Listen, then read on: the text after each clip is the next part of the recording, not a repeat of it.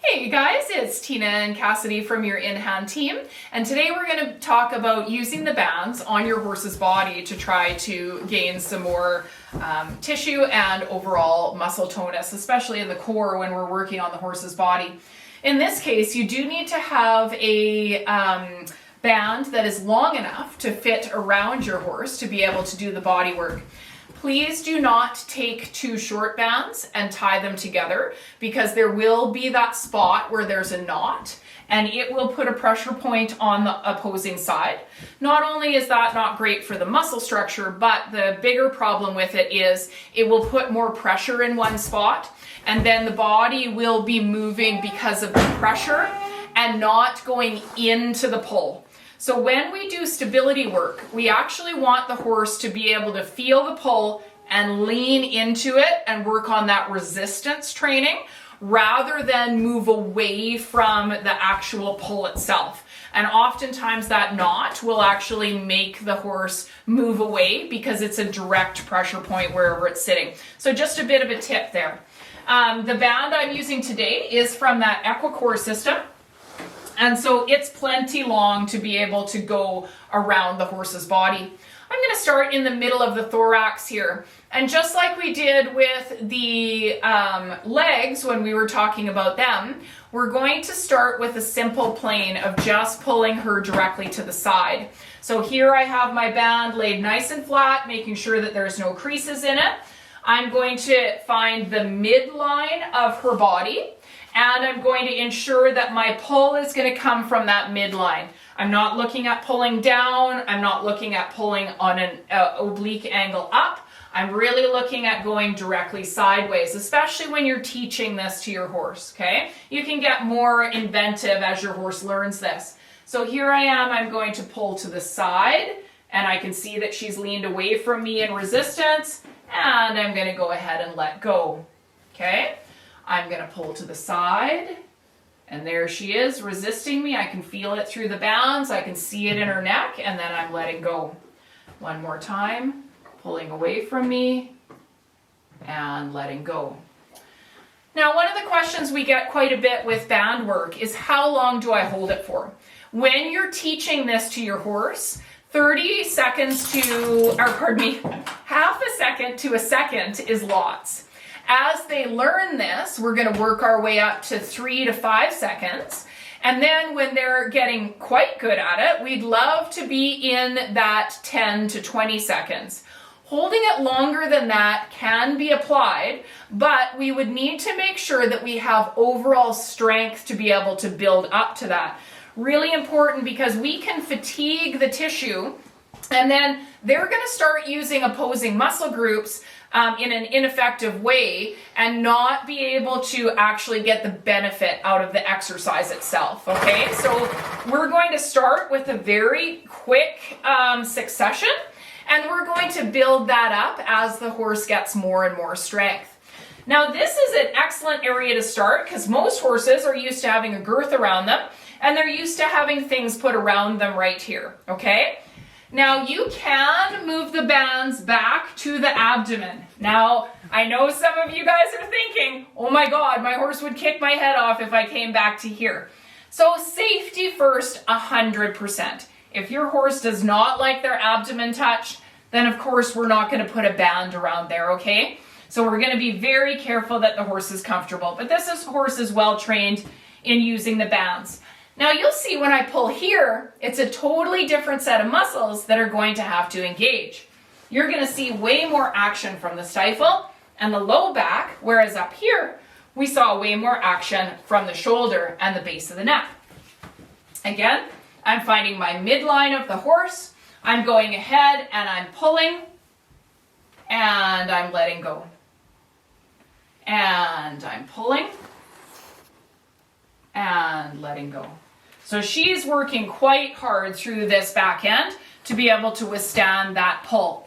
Now, really watch that your bands don't come right up into the groin area, because of course we don't want to irritate the horse and teach them that this is not a fun exercise to do. My next one we're going to do is we're going to lay the bands right flat behind the wither, where the wither is coming down to meet the back. I'm going to step around And I'm just going to grab my band from the other side, and I'm going to make them equal at the front here. I'm going to keep my pull so that it stays underneath the point of that shoulder to make sure that I'm pulling down and forward to activate the mid and low back, as well as the SI joint and my pelvis. Just making sure she's standing with 4 on the floor. I want to make sure that I am very straight here in my pull, and I'm going to pull down and forward and pop back up. And even as I popped up, I could see the change in the back there. This is such an effective exercise. Oh, I might have chose too much there. Here she's taken a step. I might have pulled too hard. Okay, moving up just a little bit. I'm going to readjust this band. Okay, and pull and let go. Lots of pectoral action happening on this one. Pull and let go. Very good. Okay. You can start to build these exercises into having a bit of an oblique angle as well, like we talked about with the front leg exercises. Once we get into that stage, it really is important to start to work with your body worker or veterinarian to ensure that what you're doing is correct. Remember, every plane that we pull the horse on, or if you're doing your own stability work, every plane that you work your body on has compensatory areas as well as stability areas, and we have to make sure that it is indicated for that horse. So if I had a horse with an asymmetry or something happening with that horse, I might make a completely different band protocol. But these ones that we've shown you in this series are safe for most horses. Again, if you have a horse with a joint issue or some kind of diagnosed problem, we do want to make sure that we are working with your veterinarian to ensure that it is safe for your horse. But in general, these are safe exercises to use on a healthy, sound horse, and will give you a big change in your overall horse development by using these on a regular basis. The other question we get with bands is when. When do we use them? If we're going to ride that day, do we use them before, after, during? So the best thing for bands is to look at a horse that is warm.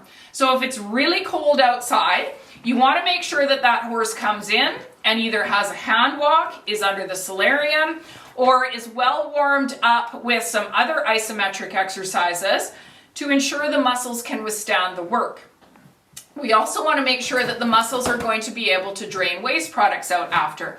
So after a session like this, you'd really like to be able to go and walk that horse and make sure that that horse has a stretch out and can drain out any waste products that were produced in the exercise therapy that you were doing.